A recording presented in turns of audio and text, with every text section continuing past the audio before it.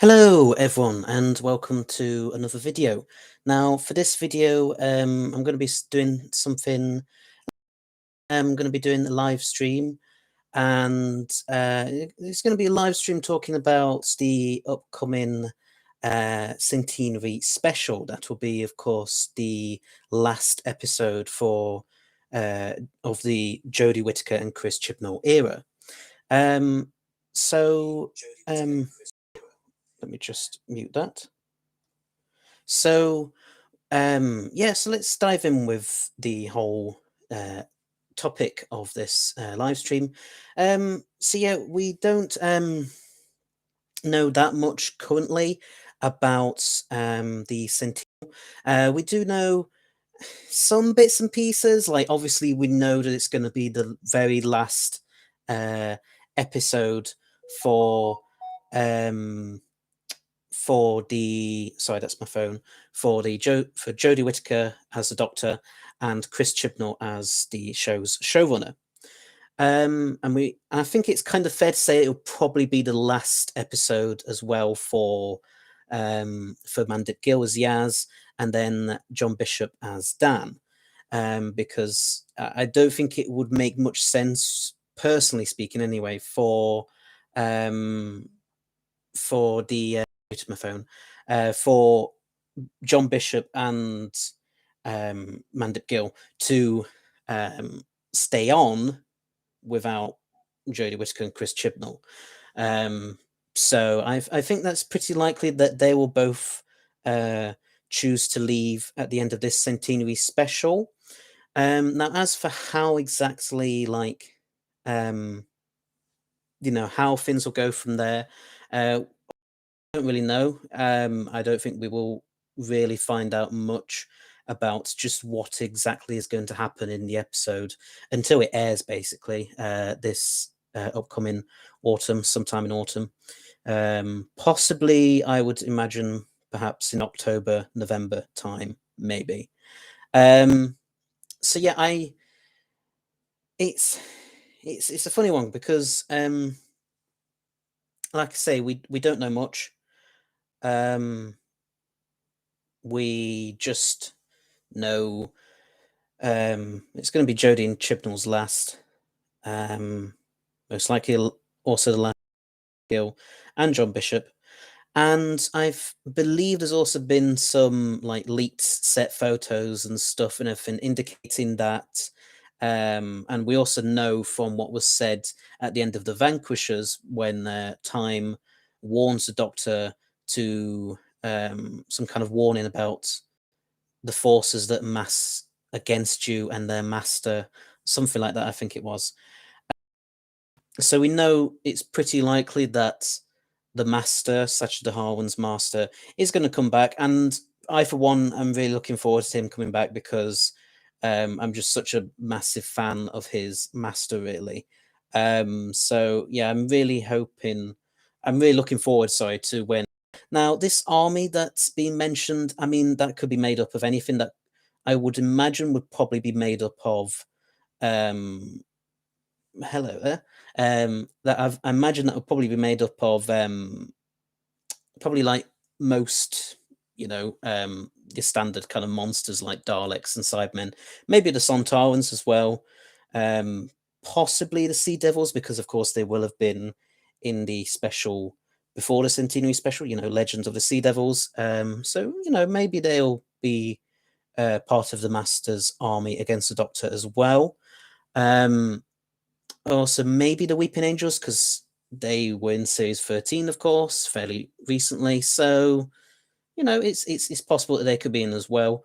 Yeah, so there's going to be quite a few things happening in this episode. I know it's also been apparently leaked some set photos showing like some kind of yell will be in this episode. And I am hoping that means with the return of units that we'll get a much better return for Kate Stewart than we got in the actual series 13 itself, or Doctor Who Flux. Because yeah, I just wasn't very satisfied with the way that Kate Stewart was brought back in Survivors of the Flux and the Vanquishers. because I just felt like she didn't really have anything to do. Really, she was just kind of there, just in the background, occasionally, maybe having the odd line, and she didn't really get that much to do. So yeah, I was very disappointed that they didn't include. Um, oh, thank you. That they didn't more. So yeah,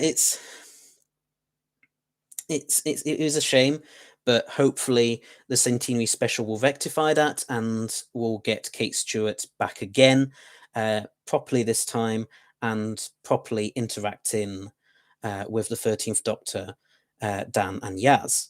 And also, maybe Osgood will come back as well, but I have to see about that. She might come back. I mean, if Kate is coming back, then you would have thought Osgood might come back as well. I can't remember if she appeared in series 13. I think maybe something to do with Osgood in series 13, but I can't quite remember. I think email message that she left to Kate or something in Survivors of the Flux, maybe, or I might just be imagining that.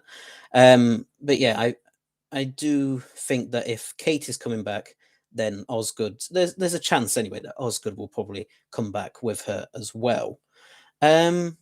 So yeah, and we also know again, from leaked photos, that I believe Bradley Walsh is going to be returning as well as Graham, because I believe he was pictured alongside John Bishop, and stuff like that.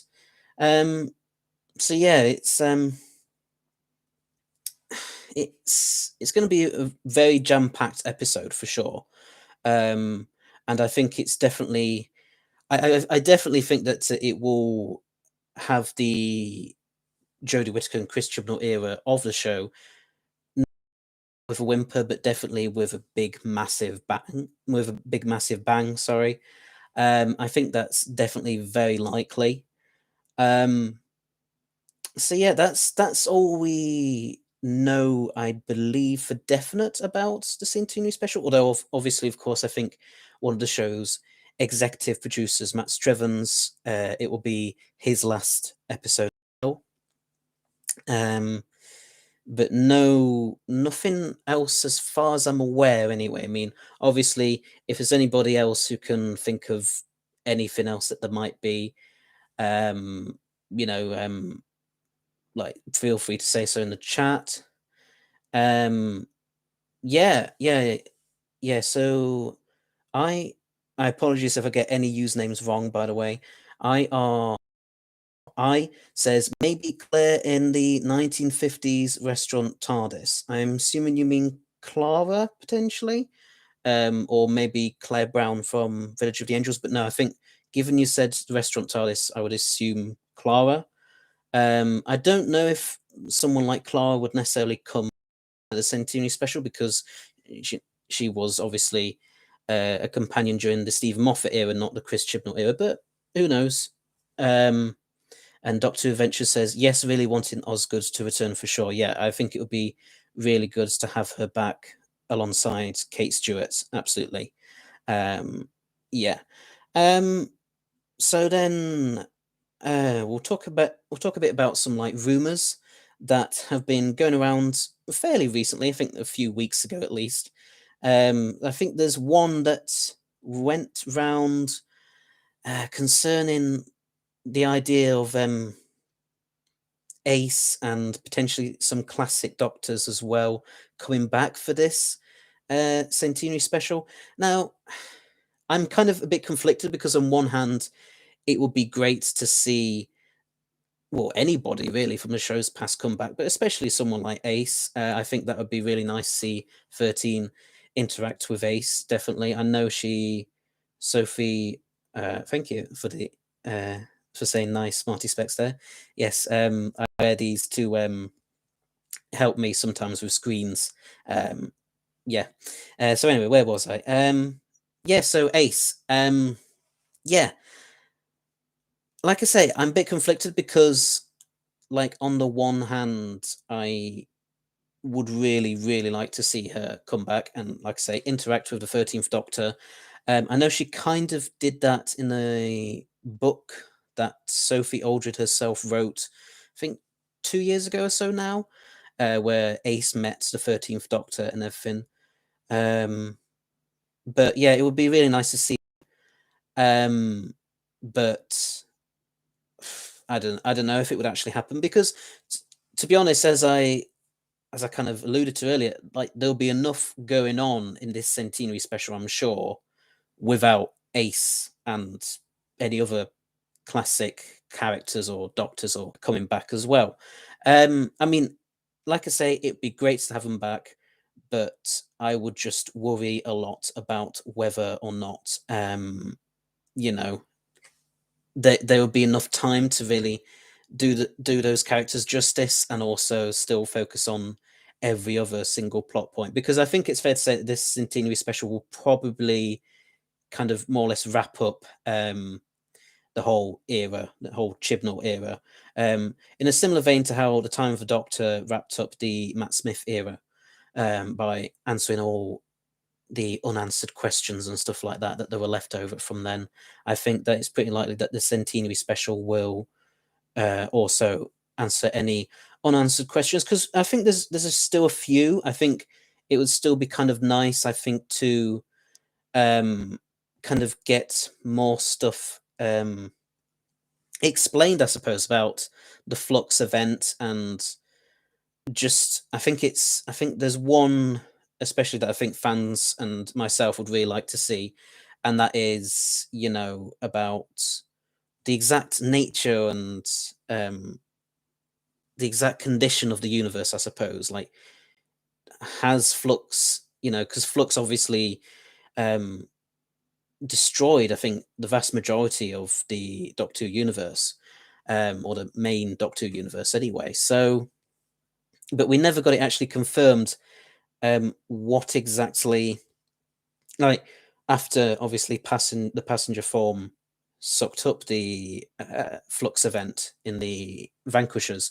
We never got it actually confirmed whether that resetted everything back to how it was before the Flux, or whether it was um like, like there was, this universe was still in a lot of trouble and there wasn't much of it left, sort of thing. I would really like to see that explained a bit more. But I don't know. It's too early to say for definite about these things, because I don't know, it just depends really. I mean, I kind of do hope that they do explain it. And I kind of hope also another plot point that I think needs to be resolved is the whole thing between the 13th Doctor and Yaz. I would be very surprised if that wasn't wrapped up by during the Centenary Special. So yeah, I think that is pretty likely to be sorted out somehow.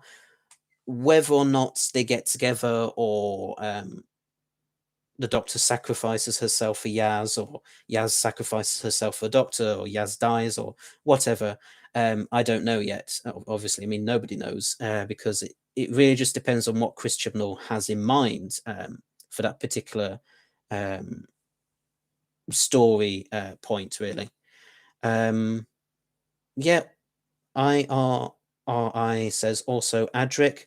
Adric, well, I don't know. I mean, maybe Chris Chibnall will want to bring Adric back, but I'm not too sure if it's possible, really, because he's dead, obviously. He died in Earthshock, so I don't know. Maybe. I'm not too sure if it would happen, but you never know. Anything is possible, I suppose, at the end of the day. Um, um, so that's pretty much covered all of that. And then also, no, sorry, no, there's more plot points, I'm pretty sure. So we've covered the whole 13th Doctor and Yasmin. We've covered the whole, like, what the exact state of the universe is going to be post Flux and everything like that. But there's something else I keep forgetting what it is. This is my doing a live stream, as you can tell. So it's very professional. Yeah. Hmm. I don't know. It's eluded me for a moment. Again, if there's anyone who can well, who can think of anything else that kind of needs to be resolved. That's it. Sorry, the division stuff. The division stuff. Like what exactly is going to happen with the fob watch that the Doctor has of all her um past lives and everything of her pre-Doctor past lives. Yeah, I mean,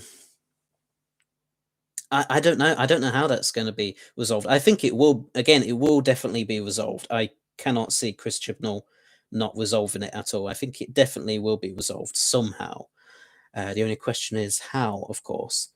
Um, but yeah, it's difficult. It's really difficult to kind of predict, I suppose, because um, I'm kind of surprised in some ways that I mean, I'm kind of glad in some ways that the 13th Doctor didn't just open the fob watch up in the Vanquishers and take a look and everything, because I feel like that would have just given too much stuff away about about the Timeless Childs, the Division, all that stuff about the pre-Hartnell Doctors and everything.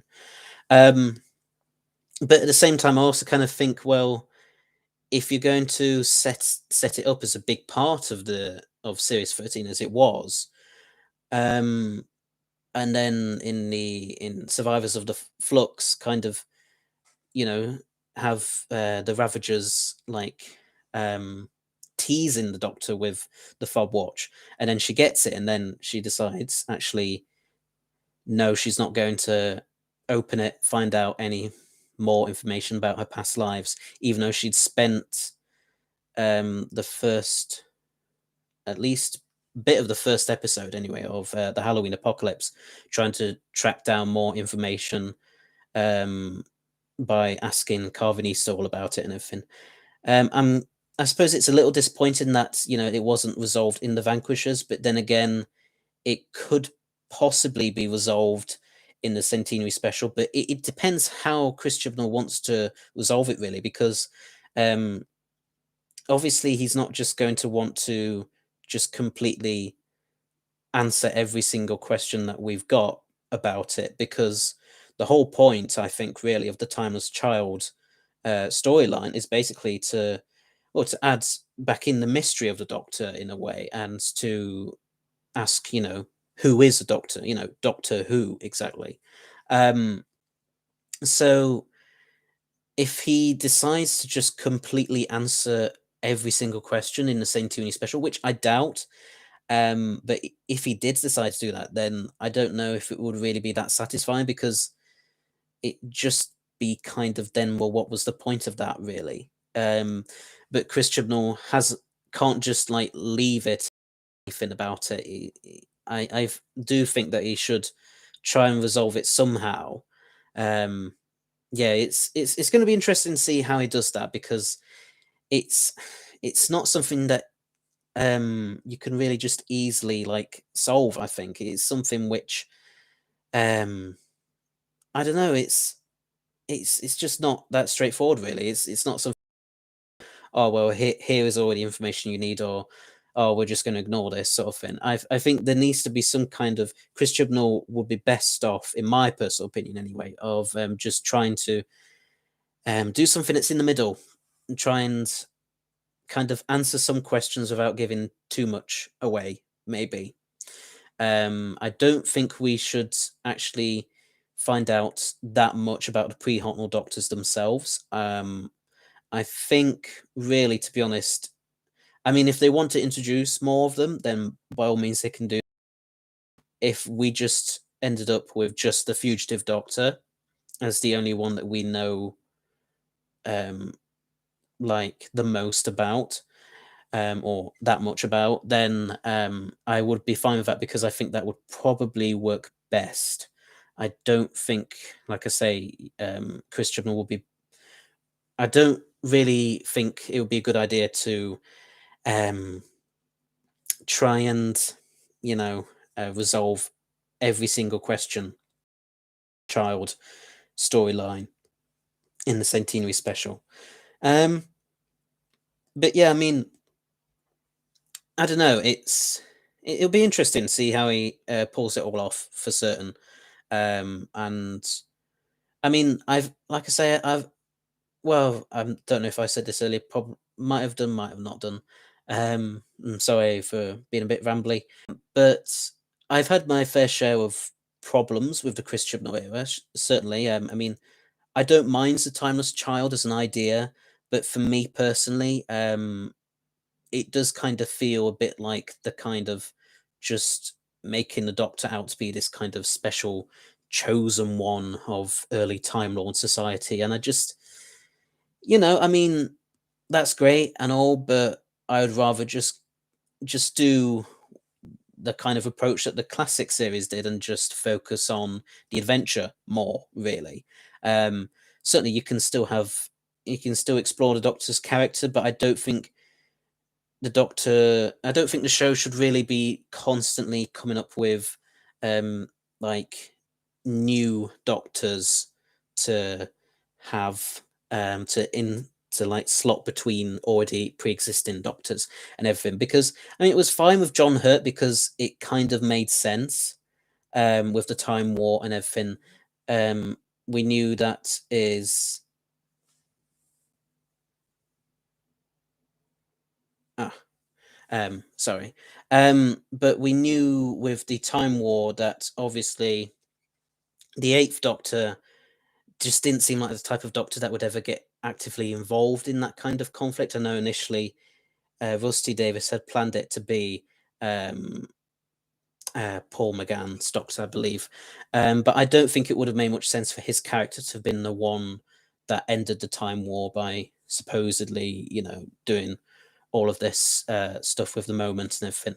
And I also don't think it would have made much sense for Chris Eccleston's Doctor to have done it either, because it's clear from Rose that the Ninth Doctor at that point, when he first met Rose Tyler, was quite early on in his life, really. Although subsequently there have been numerous Big Finish audios that have established that somehow or another he had quite a few adventures before that, and that's fine.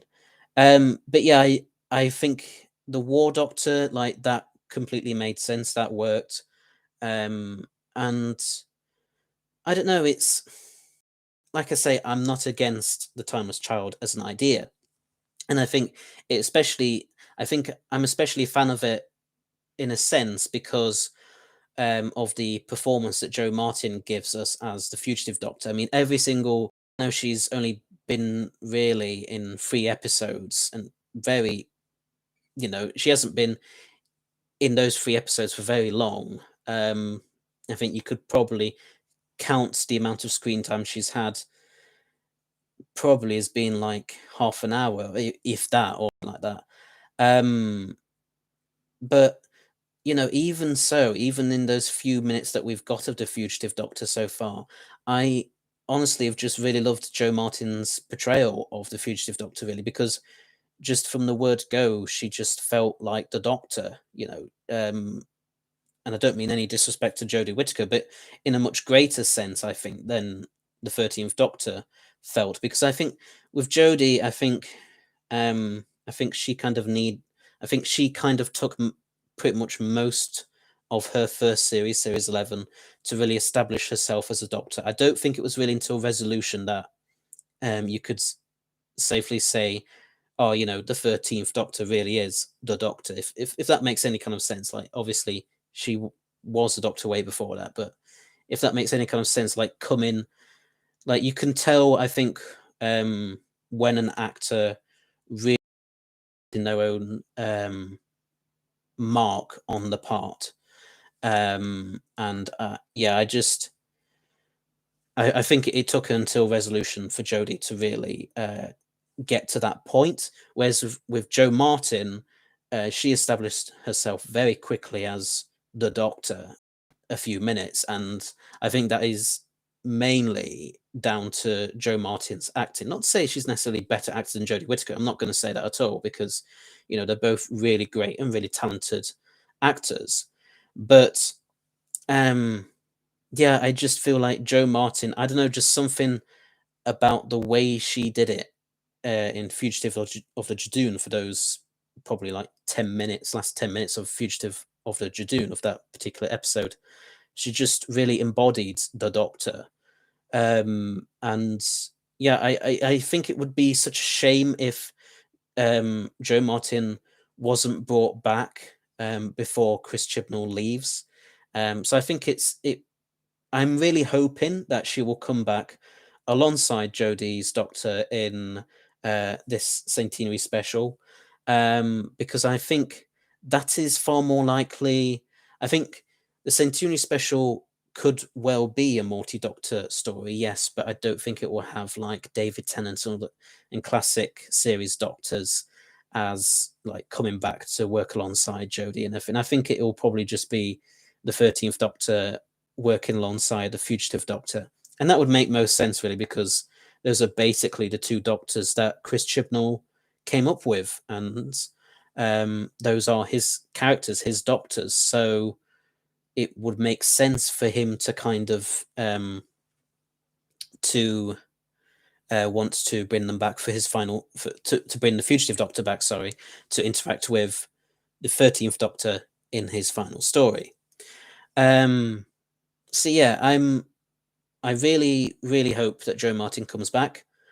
But yeah, the Timeless Child, like I say, it's just, do we really need another idea of trying to explore the Doctor's past more? I just feel like the show sometimes kind of, I don't want to sound too negative or anything like that or too critical here, but I feel like the show, certainly since the 50th. I mean, with the Day of the Doctor, it made sense because it was the 50th anniversary special for the show to look back on its history an awful lot and reference itself and reference its past and everything. And it made sense to an extent with the Time of the Doctor as well, that being Matt Smith's last story. It made sense for so many references and callbacks to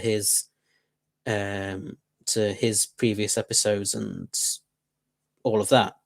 But then I don't know, I just feel like during the Peter Capaldi era, and then into Jodie Whittaker's era, I just feel kind of focused a bit too much on looking back to its past for ideas rather than just looking to the future and coming up with completely brand new ideas, as it were. So yeah, I I like I say, I'm not against Thomas Child as an idea. I just, I'm not too sure if we really need another exploration of the Doctor's past, because we already more or less had that with the War Doctor, and that was fine. But yeah, I just not too sure if we really. I don't know. I mean, it, like I say, it depends on how Chris Chibnall is going to resolve this. I really hope he's able to pull it off and give us a satisfying ending to the whole storyline. But whether or not he will be able to do that, we'll just have to wait and see, really. We'll just have to wait until the Centenary Special airs.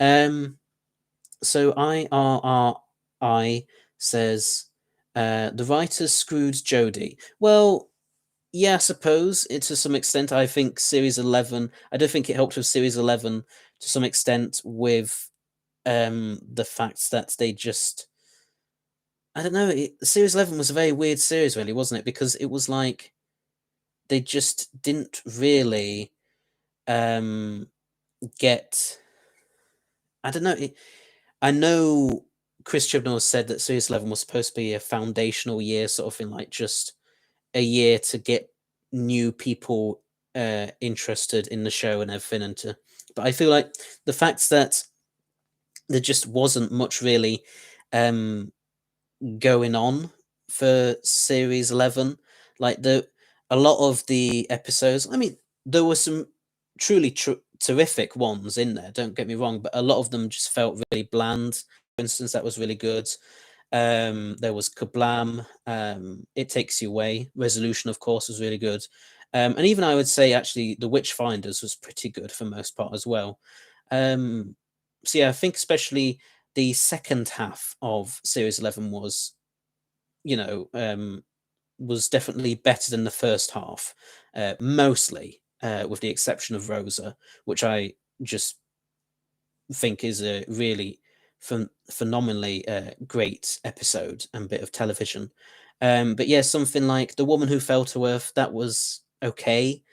I mean, it didn't need to be like a massively strong first outing for Jodie Whittaker's Doctor, sure, because you know it is just her first episode. She is still just settling into the part really and getting used to it and everything. So that was fair enough. But yeah, The Woman Who Fell to Earth was fine. The Ghost Monument was okay. It was fine. Arachnids in the UK was just, yeah, it wasn't that great really. The Saranga Conundrum again wasn't really that great, but at least you know you had the Pating, which m- was, I mean, is such a bizarre Doctor Who monster, really, isn't it? Because it it's I just find that whole episode bizarre because whenever the Pating's on screen, you just want to sit there and kind of laugh at it, not necessarily kind of like in a like you don't want to necessarily laugh at it in a like a bad way, like saying, "Oh, look at that, that's ridiculous," sort of thing. But you just want to go, "Really? Like, I don't understand how on earth the characters are going stuff like, oh, and getting scared and everything about it when you know it's such a tiny little creature. It's just mad." But you know, the Pating was fun. It was. I think that was probably the best part of that episode, really, because most of the rest of the episode really was pretty bland, mostly. Demons of the Punjab. I mean, that was great, but I don't know. I just feel like what that was trying to do. I feel like Rosa kind of did better in telling us, like in giving us pretty much a almost a pure historical kind of episode. Um, Save for those aliens who honors the dead. I can't quite remember what they were called. The Fajarans or something. I think might might be it. Not too sure. Yeah, but Demons of the Punjab was that was all right. Um, and then oh yeah, and then the Battle of Ranskor of Kolos, one of the most anticlimactic series finales I've ever watched, without a doubt. Um, yeah, it was. I don't know. It just didn't really live up to the hype, really, did it? I mean, this is the Finn Series 11 just didn't really. It's a very weird one, like I say, because it wasn't a series. It wasn't a normal series in the sense that it didn't really have an overarching story arc or plot or anything. It just, I think, the only thing really that it had for it was Zim Shah or Tim Shaw, whatever, and then Ryan and Graham's like Ryan's gradual acceptance of Graham as his granddad, and then Graham's coming to terms with Grace's death, and yeah, just the two of just Ryan and Graham coming to really starts to act more like a family, and really getting to know each other a lot better. I think that was pretty much the only kind of stuff that was really going on for the whole series 11. And I'm surprised, really, looking back on it now, that Chris Chibnall didn't decide to have more stuff to do with the Timeless Child in series 11, because apart from like a brief mention in the Ghost Monument, um, by those remnants, I think they were called, or something like that, we don't really get anything about the Timeless Child in the whole of series 11. And I think that's quite weird, because you would have thought, with it being the first series for Jodie Whittaker and Chris Chibnall, that if the Timeless Child really was part of Chris Chibnall's big plan for the show, that he would want to introduce it a bit more into his very first series, at least a little bit more, at least like another mention or two. Like, yeah, sure, don't have it if you don't want to have it as the if you didn't want to have it as the main focus of the series, completely fine. Because yeah, I don't think that would have been as good as saving it for series 12 and everything. But yeah, it's just, yeah, series 11 was a very weird one. I keep rambling on about stuff and I keep forgetting what I was originally going to say. But yeah, it's, I don't know, the Chris Chibnall era is certainly one which I know a lot of fans just have not really been able to connect with or click with. And I get that. I really do get that. I mean, um personally, this is just my own personal opinion, but I do believe that the show hasn't been quite the same. David Tennant left and Matt Smith took over. I think Matt Smith's first series, series 5, was really good, and then Peter Capaldi's last one, series 10, was really good, and then series 12, for the most part, I think actually worked really well. Yeah, most of the other series since series 5, I've just, I don't know, I wouldn't say they're necessarily bad by any means. I mean, some I would say are bad, but some are way worse than others. Um, I think series 7, for example, was probably one of the worst ones, one of the worst ones out of the lot. And I don't know. I mean, I don't know how I would rank Series 13 alongside all of them yet. I mean, I think I would have to go back and rewatch more of Series 13 to really be able to say for certain, like, how exactly I felt it ranked alongside all the other series and everything. So yeah, I will probably do a video at some point ranking all the new series, but yeah, I'll have to, like I say, go back and rewatch Doctor Who Flux first and just try and find out, try and figure out, sorry, just where exactly it would be in my overall ranking of the new series or revived series. Um, So yeah, IRRI says would love to see with a new actor Doctor 2 come back, or number 3. Yeah, that would be really good. I know with Big Finish they've been doing some they've been getting some new actors to portray the first few Doctors. So like it was announced today that a new actor was playing the first Doctor in a Big Finish audio. Let me just get it. I can't quite remember his name off the top of my head. Um, Let me just double check. Yeah, so it's going to be in a audio story called The Outlaws. Stephen Noonan is the first Doctor. I'm not sure if I got that. I probably mispronounced that, but oh well. Yeah, so he's going to be voicing the first Doctor um, alongside um, who is it that's playing Dodo? Can't let me just see.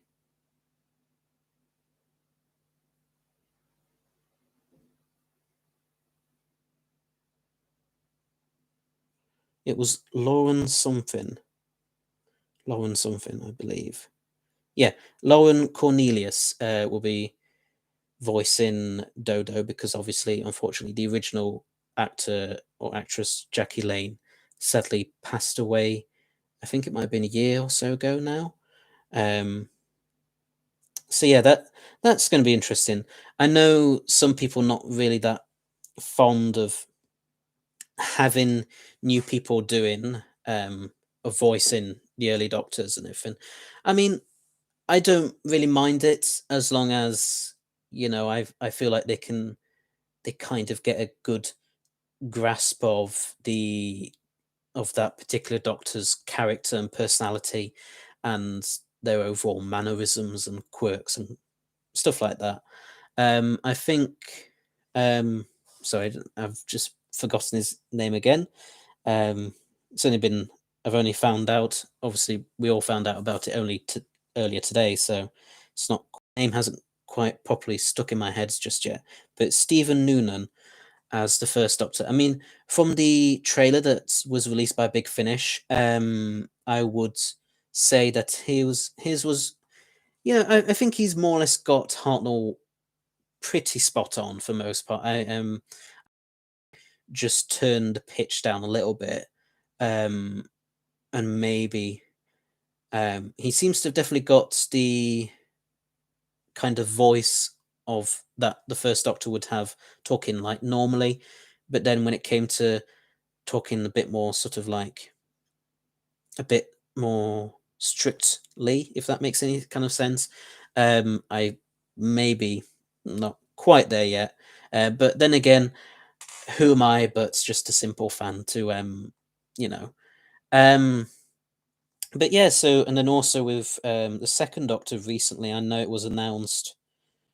This is going back a few weeks now. So I'm covering quite old news now, really. But I know it was announced that Patrick Troughton's son, Michael Troughton, would be voicing the second Doctor in a Big Finish audio alongside the third Doctor, called The Annihilators, which I think has just been released this week. I'm really looking forward to that. I've not been able to purchase it yet, but I will do once I'm able to. And then, yeah, with the third Doctor himself, Tim Traylor has obviously been voicing the third Doctor for many years for a lot of Big Finish audios, and yeah, I think all three of them really have really got the Doctors and what they sound like right. Um, but yeah, I would say the is it Michael Noonan? I think it is. I really need to get a better memory, don't I? um, Stephen Noonan, sorry, Stephen Noonan. Um, yeah, I think he's almost there, pretty much. I think he will settle into it, and I think he'll get better at it. Really, I think, as a first, as a like, it will be the first time that he's done it, for Big Finish. So obviously, it's not going to be like dead on perfect first attempt, really, is it? I'm pretty sure even like Tim Traylor or Treelor didn't get it quite spot on first time with his third Doctor impression. I mean, I've not actually got round to voicing the first volume of the Third Doctor Adventures just yet. I need to purchase that as well at some point. And then I think Michael Troughton, I don't know, I can't remember. I think there might have been something released with him, with his with him voicing the second Doctor, and you know, I think that would be really good actually for him to honor his dad, um, in that kind of way by getting to voice the second Doctor and everything. I think that would be really good. Um, Maybe a Doctor out of order, like one episode with Doctor 16. Um, so I'm not quite sure what which part you mean, which part you're referring back to that I said earlier. Um, but as for like a future Doctor turning up, I mean, I don't know. Um it'd be interesting. Know it was, well, it wasn't really done, but it was kind of alluded to a lot in the 2008 Christmas special, The Next Doctor. But obviously, um, David Morrissey's Doctor turned out to just be a Victorian bloke who thought he was a doctor, but actually wasn't, called Jackson. But yeah, you never know. Maybe something like that might be interesting to see. Yeah, certainly. Um, so yeah, let me just see what else I'm supposed to be talking about, because I've got a little plan here on my phone. Believe it or not, as rambly as this stream may seem, I do have at least a little bit of a plan of what to say and everything. Only just. Um, yeah, so, well, there's not much else to say about the Centenary Special itself, really, because I've already talked about what we know for sure. Any rumors? I mean, that rumor about Ace and Classic Doctors coming back. It's the only one that I really know of. I mean, there could be other Centenary Special rumors that have been going around, and I just since that one went round a few weeks ago, and I've just not really found out about those yet. And then speculation and thoughts, what the plot could be. Yeah, so I don't know. Like I said, I think it will be a massive, gigantic series finale, really, for the Chris Chibnall era, in a sense. Yeah, as for what it could be, I it's tough to say really because again we just don't really know that much. We know the Master's going to be in it.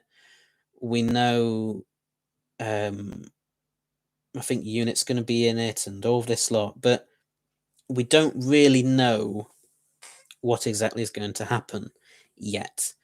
So it's tough to speculate really. I mean, well, I don't know. I mean, I think I've personally, for the time being at least, I mean, I may come back to talking about the Centenary Special later on, but I think I've kind of said all I wanted to really say about that, because there's, I don't know, I just don't feel like there's much else for me to say really about it, really. So yeah, um, so we've already talked about the new First Doctor actor going to be doing some audios for Big Finish. So, but we've also had it confirmed. I believe it was last week that Colin Baker would be portraying a Unbound Doctor for Big Finish's range of Unbound Doctor stories. And he's kind of supposed to be playing sort of, I think it's like a version of the Sixth Doctor that kind of ended up in the same situation as the War Doctor did. And it's kind of, I think it's supposed to be, what if the Doctor had actually destroyed all the Daleks in at the end of Genesis of the Daleks or something like that. So yeah, that's really interesting, I think, because I mean I've always been really interested in the Unbound stuff. I've not listened to all of them. Listened to Full Fathom 5, Sympathy for the Devil, ones like that, and some of the David Warner stuff with Beneath Summerfield. Not all of that, but I've listened to some of it.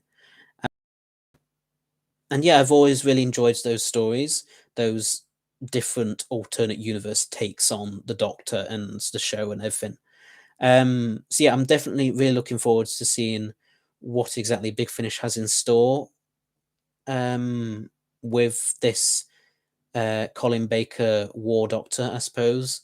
And it'll be interesting to see like the Colin Baker Doctor that we're going to see is still the sixth incarnation of the Doctor, or whether we've skipped Peter Davison or something, maybe. We'll have to wait and see about that. I think it's definitely good that they've picked Colin Baker for it, because, I mean, yeah, they could have stuck with Tom Baker, because obviously Genesis of the Daleks was a Tom Baker story, and I don't know, maybe they could have done a darker version of the Fourth Doctor, but I don't really see Tom Baker being all that keen himself on doing that. And probably the same for Peter Davison. I'm not too sure if he'd have wanted to do a darker version of the of the Fifth Doctor. So yeah, I think it's really good that they've got Colin Baker in, because it will really to just show us, to kind of give us the Doctor. I think he's always kind of wanted to do a darker Doctor, but unfortunately, at least when he was originally Doctor on TV, he just never really had the proper chance to actually fulfill that wish of his. So yeah, I'm really looking forward to that Unbound stuff with Colin Baker, and yeah, I just really interested and intrigued to see what Big Finish are going to do with all of that. Instead of paper pots, the Daleks become salty salt shakers. Again, I'm not really too sure what you're referencing there. Yeah, I mean, I really like the Daleks as a monster, and I think they would probably be my favorite, actually. I mean, I know that might seem kind of strange because the Daleks tend to be kind of seen as not being that scary, really, compared to like the Cybermen, for instance, who, especially early on, were really, really scary. The Cybermen were, but the Daleks I just love because of their whole empire, really, um, the whole kind of society that has been developed and explored for them in the TV show, as well as in all the expanded media stuff like comics, books, audios, etc. Um, so yeah, and yeah, I just really love the Daleks. Yeah. Um, so yeah, let me see what else there is to talk about because um, I'm not too sure what else there is really. I should mention, of course, that I will be doing a live stream next week talking about the 60th anniversary special as well. So if you're really wanting to find out my thoughts on, the 14th Doctor and which past Doctors I think could come back for the 60th and everything, please do keep a lookout for that. That should hopefully come out next Friday, all being well. So yeah, but yeah, so whilst I'm just looking for something else to talk about, please, if you haven't already, please go ahead and press that like button and also press the subscribe button as well as the bell icon at the side of it, so be notified of when I upload a video, basically, or do a live stream or whatever. So yeah, please do click that like button just there, for me anyway. And the subscribe button. I believe we're almost at 500 subscribers. I think. Let me just double check. I believe we were last time I looked, we were at 490. But let me just see if that's. Oh, we've gone down to 488. But yeah, it's still not that far off, actually. So yeah, just once I get to 500, I will actually be doing a ranking of every single Doctor Who TV companion from 1963 to the present. So that will be from Susan all the way to Dan. So yeah, if you're interested in that, please do. If you want to see that kind of video, sorry, then please make sure that you're subscribed and everything, and help me reach that milestone. And I also want to just quickly say thank you to everyone who has subscribed so far. It's really meant a lot to me, and I'm just really, really thankful and grateful to you all for subscribing and helping me to get as far as I have, really, because it's just meant the absolute world to me, really. So yeah, thank you all so much. And yeah, please don't forget to press that subscribe button, press the like button, and all of that good stuff. So yeah, I probably will wrap things up, not too far away, probably in 10 minutes or so, because it's not much else I can really say about the Centenary Special, unless anything comes back to me. Now, I know there's been I know there was like not too long ago there was like a rumor about potentially, I think, some missing episodes might have been found in like um in somewhere in the Middle East, I think it was. Yeah, I think it was potentially 17 like episodes um of 1960s Doctor Who had been found in the Middle East, or had been at least like were being like it was being looked into whether or not they existed somewhere or something like that. Um and I think that was from a reasonably credible source. I believe it was from, I could be wrong here, but I think it was from a guy called Craig Cabell, who posted it on his Facebook page originally.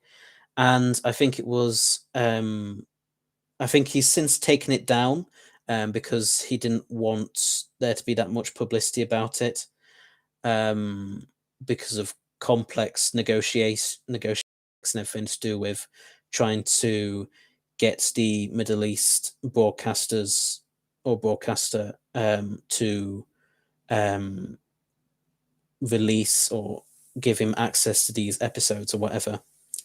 Um, I mean, it would be really great to for more missing episodes to be returned. As for whether or not we'd get as many as 7, I do kind of think it's kind of unlikely. But you never know. Um, it was. I mean, the last missing episode discovery was nearly 10 years ago now. Back in 2013. Um, well, it was announced in 2013. I think it'd been way back in 2011, 2012, and that was a discovery of, I think, 9 missing episodes. So 17 is definitely quite a bit more than that, but it's not completely impossible. But I do think it won't be as many as 17. I think some of that 17, if there is any truth to it, might well be, or it might well be that that some of those 17 are already kind of episodes that already exist in the archives, and maybe just a small fraction of the 17 episodes potentially are actually missing ones. But even if it was only like one missing episodes out of those 17, or if there weren't any at all, even if there were already episodes that um, had been that were in the BBC's archives and everything, it'd still be really good find, certainly. Um, so yeah, I'm kind of, I want to be kind of fairly optimistic about it, but we'll have to wait and see to see if there's any kind of update. I think Craig Cabell can, I think, like I say, I think he might be quite a reasonably credible source, because I think he has written several books, I think, in the past about the making of Doctor Who and the production side of things behind the scenes and everything. So he does certainly know his stuff. So we'll have to wait and see about that. But yeah, I definitely be really, really interested to find out more information about that. And hopefully, fingers crossed, there just might be some missing episodes, some more missing episodes that might be found. Um, I think I could be wrong, but I think Marco Polo could be one that is quite likely potentially to be found, because of the fact that it was distributed quite a lot to various countries and everything. Um, and I think the rumor was that it was episodes from the first 5 seasons of Doctor Who, so it's definitely not going to be any episodes from the season 6 story, The Space Pirates, which I personally quite like, but I know most fans do not like that at all, which is fair enough, completely understandable. I can understand why so many fans find it to be a really dull and boring story. But I've always kind of enjoyed it mostly. I think I've mainly experienced it as like the audio of it is the main way that I've experienced that story. So yeah,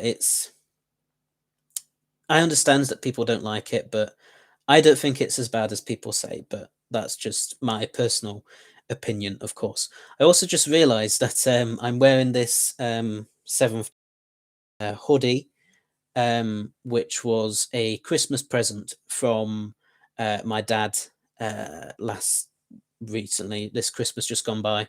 I should have probably have talked about that earlier when I was talking about Ace returning, because that would have been appropriate. So yeah, we've got to over an hour now, and I'm not too sure what else there is to say, really. I mean, if any of you've got any questions at all, please feel free to put them in the chat, and I will be more than happy to answer them. I'd really appreciate if you have any questions anyway, if you could pop them in the live chat. So yeah.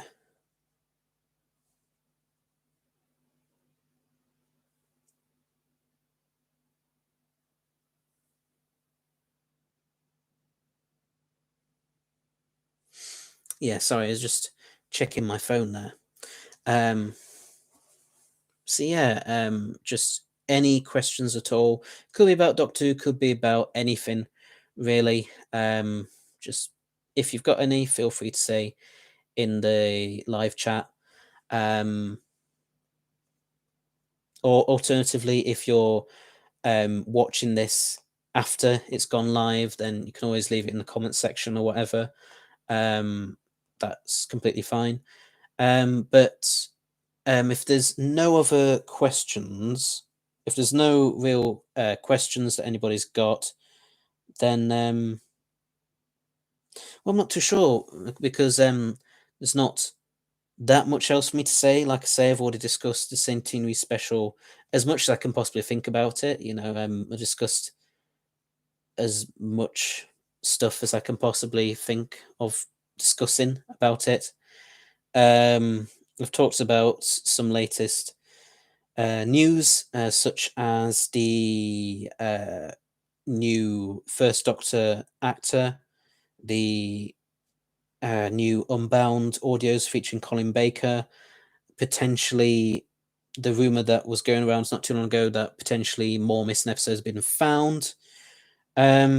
Yeah, there was also some new Target novelizations announced recently. I believe, let me just get up what stories they were, because I can't quite remember.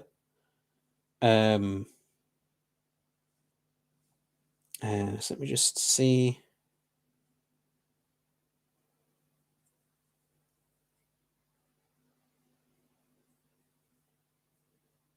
Here we go. So we've got, so these will be the new Target novelizations coming in July of this year. I didn't do a video about it when they were first announced a week or two ago, because I wanted to wait until the cover art was announced and everything, which I think there will be. Well, definitely will be cover art announced and everything, but that will probably be a bit closer to when they're released. So when that's announced, then I'll do a separate video all about that. But yeah, so for this year, we're going to be having, I believe it is 5 new novelizations. I'm going to be getting The Stones of Blood by David Fisher. I believe that's based on. Yeah, it says here, adapted from his 2011 audio novelization. And then the same for the Androids of Tara, again by David Fisher, which is also adapted from a audio novelization, this time from 20. And then we move on to the new series. So that was our classic series, new novelization. So move on to new series. We've got The Fires of Pompeii by James Moran, The Eaters of Light by Rona Monroe, and The Zygon Invasion by Peter Harness. So yeah, really interesting titles. Then to when those will be released this upcoming July. I know obviously season 22, the collection Blu-ray box set for that was announced 2 or so weeks ago, and obviously I did a video about that at the time. So there was that as well.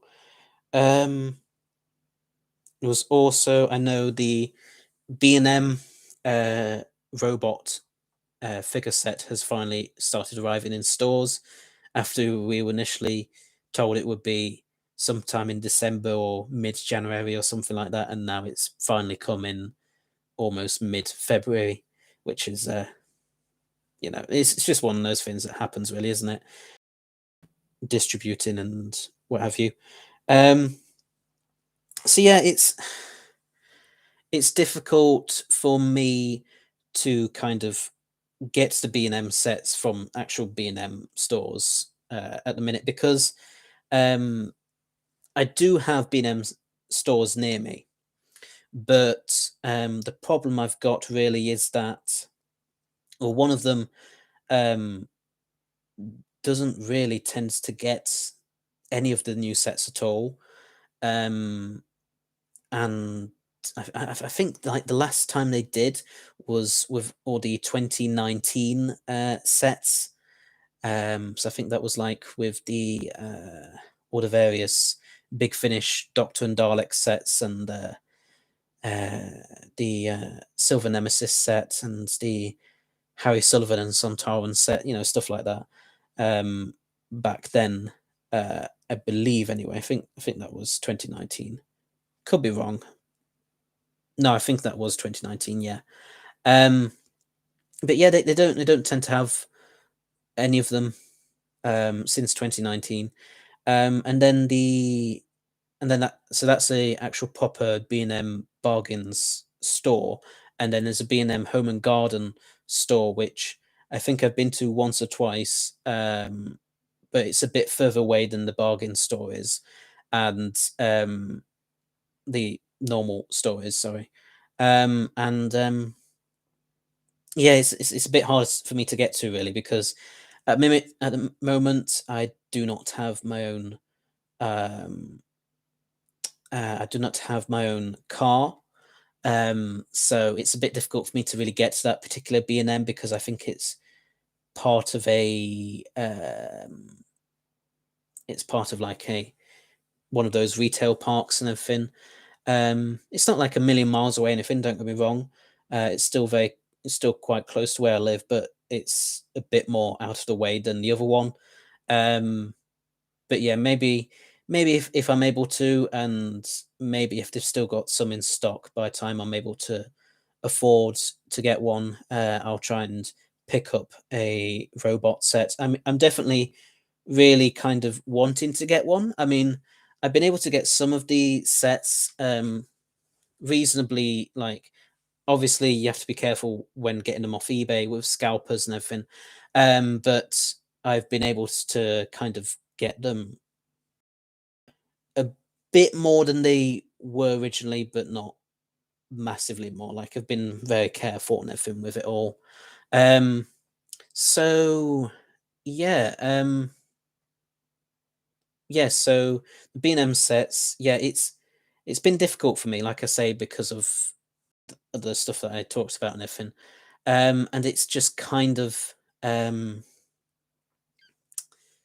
well, without wanting to sound again too negative, too critical, or anything, but it's not exactly like the 2021 stuff that they released and everything. I did like, and I'm really grateful that we got what we did with the Sensurite figures and Vord figures and Raston Warrior Robot. I mean, I never thought we'd get stuff like that from Character Options. So to have that kind of stuff at long last from them is just really, really good. But I kind of feel like it would have been even better if they kind of focused a bit more on the Jodie Whittaker era, really, and given us some sets to do with that era, because last year it just felt very well, it was completely classic series. I think it was mostly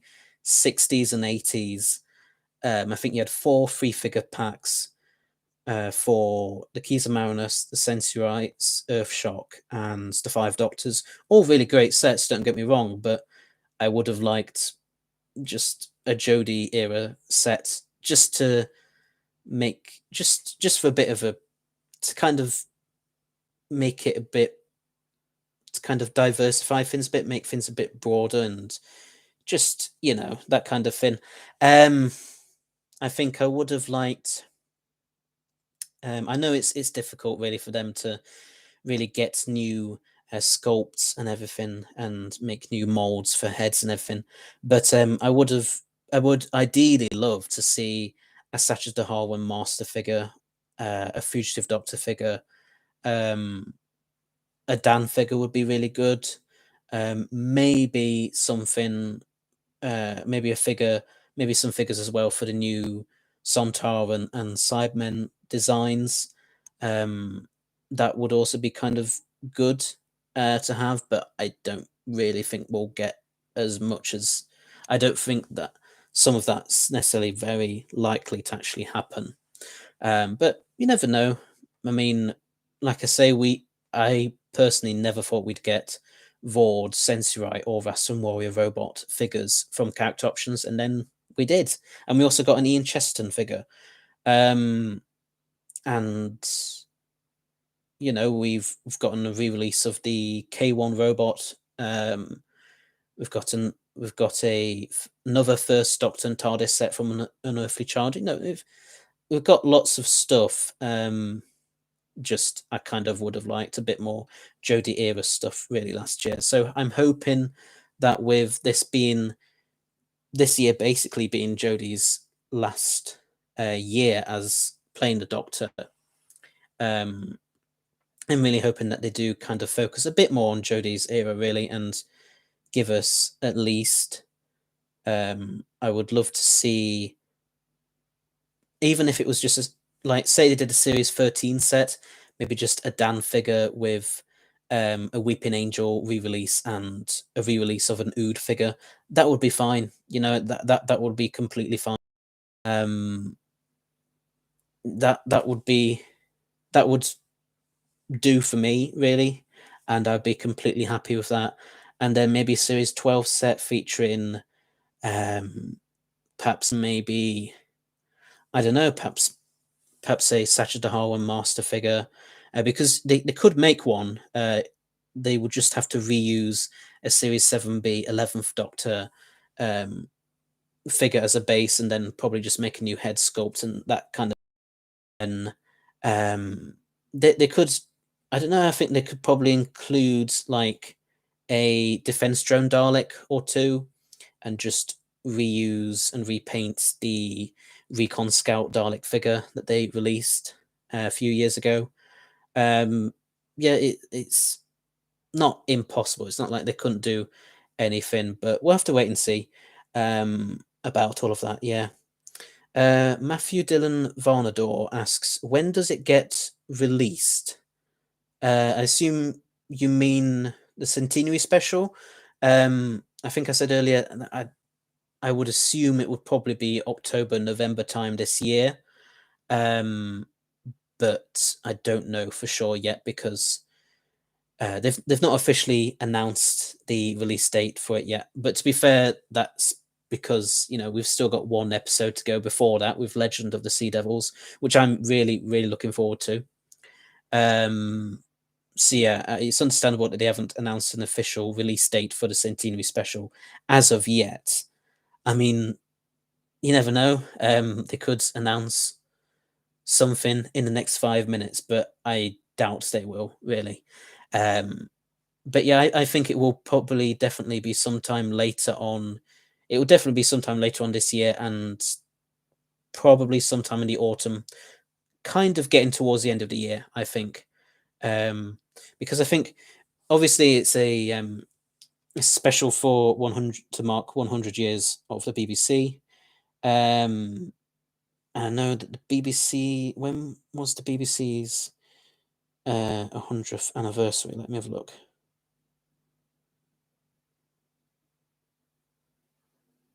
Let me just try and see.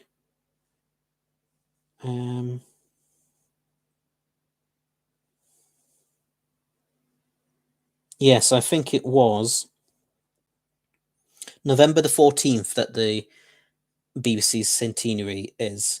So it could be sometime around then, I think, would be quite likely.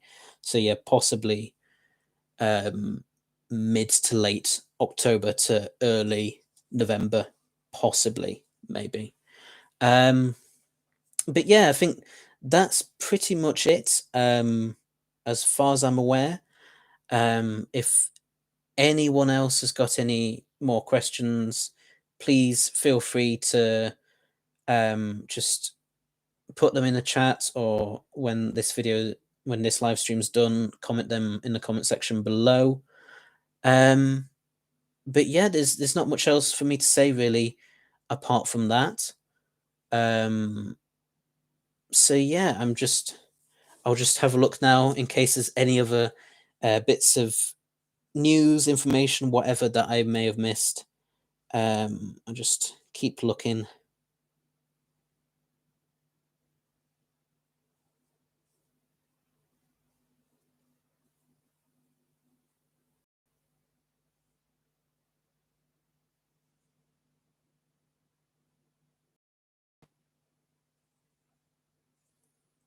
Yeah, so let me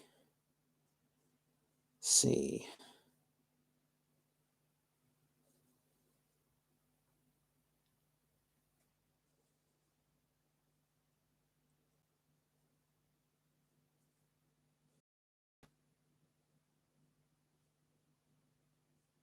The latest issue of Doctor Magazine is out. That came out a week or two ago, I believe it was. Yeah, it came out last Thursday, I believe it was. Yes, it would be last Thursday. Yes. All about the new Big Finish audio starring Colin Baker and Bonnie Lamford. That was actually Rusty Davis's first Doctor Who story that he ever wrote, I think it was, called Mind of the Hodiak, I believe it is. Excuse me. Yeah, that's it, Mind of the Hodiak. Yeah, that should be really interesting to I'm really looking forward to when that is released. Yeah, the audio. And then yeah, that's pretty much it.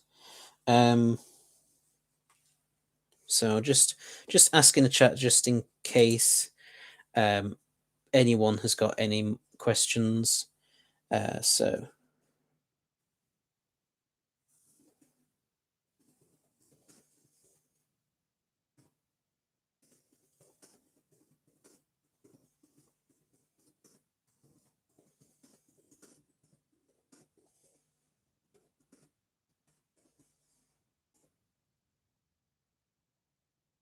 obviously, of course, it's completely fine if no one's got any more questions. I completely understand. But feel free, please feel free to just if there's any questions at all you've got about absolutely anything, could be Doctor Who related, like I say, or could not be, could just be about literally anything, life, the universe, whatever. Feel free to just put them in the live chat, or as I've said before, you can always wait until after the live stream has ended and then comment them in the comment section below.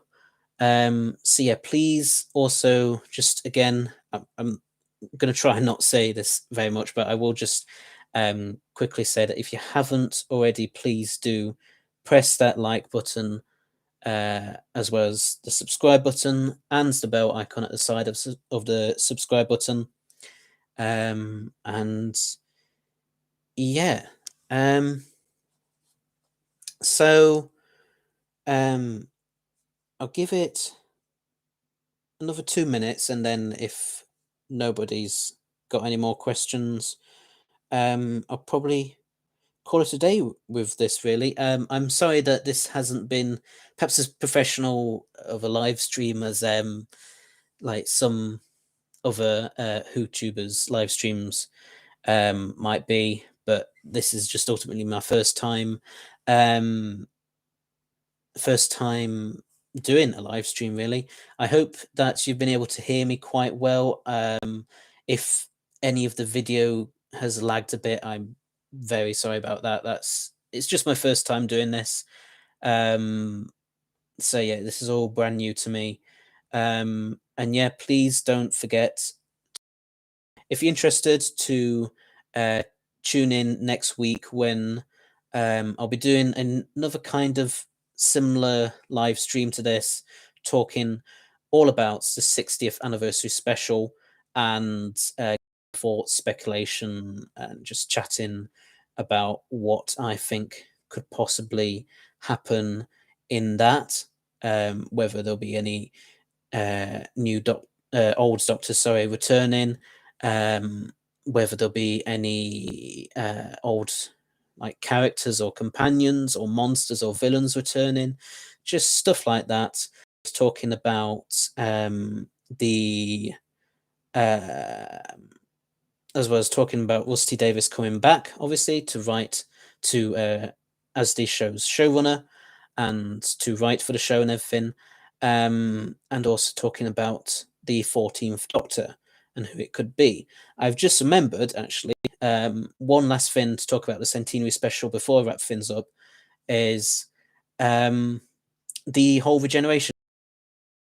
Um, it it will definitely be interesting to see how they tackle the regeneration in the Centenary Special, because um, we don't know for sure yet whether it's just going to be your standard regeneration, i.e., we get 13 regenerating to 14 at the end, or if it's going to be more like it ends on a bit of a cliffhanger where, or it's a bit open ended or something, where we see 13 start to regenerate and then the camera just cuts away or fades away into the closing titles, and then we don't get to see who 14 is. Or maybe we'll get to see who 14 is like mid credits or something, or at the end of the credits, possibly. Or maybe they'll wait until the 60th to reveal who uh, the 14th Doctor is going to be. I do kind of hope in some ways. I mean, as great as it would be for it to remain a mystery, I do kind of hope they announce it soon, because I don't see how they're going to be able to, once the 60th and Series 14 as a whole has started filming, I don't see how they're going to keep the new Doctor a secret for very long, because obviously the new Doctor is going to have to be required at some point to start filming his or her first episode.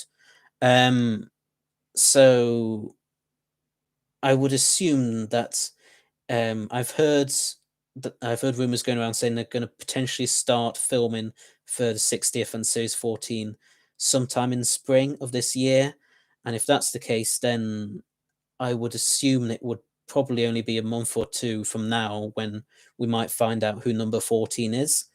But we'll have to wait and see about that, because it just depends what they want to do with it, really. Um, so yeah, I think that's pretty much it for this live stream. Thank you all for tuning in and chatting away and give me some questions and everything. I hope you all enjoyed it.